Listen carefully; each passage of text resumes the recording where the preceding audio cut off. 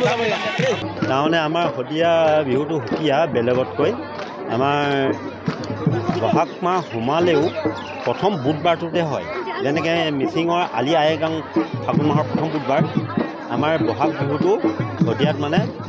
প্ৰথম বুধবাৰে হয় কিন্তু তাৰ আগত হালবিলাকে কৰে আমাৰ গোসাঁনী মাতৃৰ লগত সম্বন্ধ আছে গোসাঁনী মাতৃয়ে মানে বিহু চাব লাগিব গোসাঁনী শালত বিহু কৰিলেহে আমাৰ ইয়াত হুঁচৰি মানে জোৰে প্ৰথম ষ্টাৰ্ট হয় আমাৰ মঙলবাৰ উৰুকা বুধবাৰে বিহু তাৰপিছতে বুধবাৰে বৃহস্পতিবাৰে গৰু বিহু হয় বৃহস্পতি শুকুৰবাৰ দিনাখন মানে আমাৰ গোসাঁনী শালত পূজা হয় পূজাৰ দিনাখনে আমাৰ গাঁৱত হুঁচৰি জোৰে তাৰপিছতে শদিয়াৰ লাষ্ট বিহু হ'ল 28 দিনতে হওক 25 দিনতে হওক লাষ্ট মঙলবাৰ সেই দিনটোতে মানে বিহু উৰাই আৰু যদি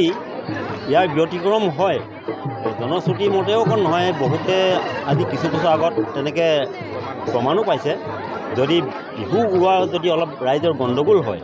তেতিয়া গাঁৱে গাঁৱে ৰাতি মানে বহুৱা নৃত্য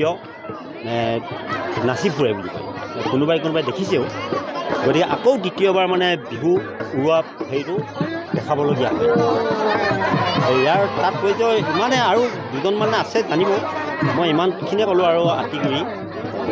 আৰুতো দীঘলীয়াকৈ ময়ো সিমান নাজানো কিন্তু জনশ্ৰুতি মতে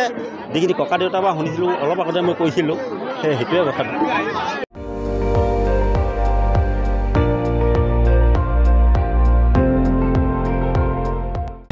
আপুনি চাই আছে ND24 সৰ্বশ্ৰেষ্ঠ নহয় সৰ্বোত্তমৰ দৌৰত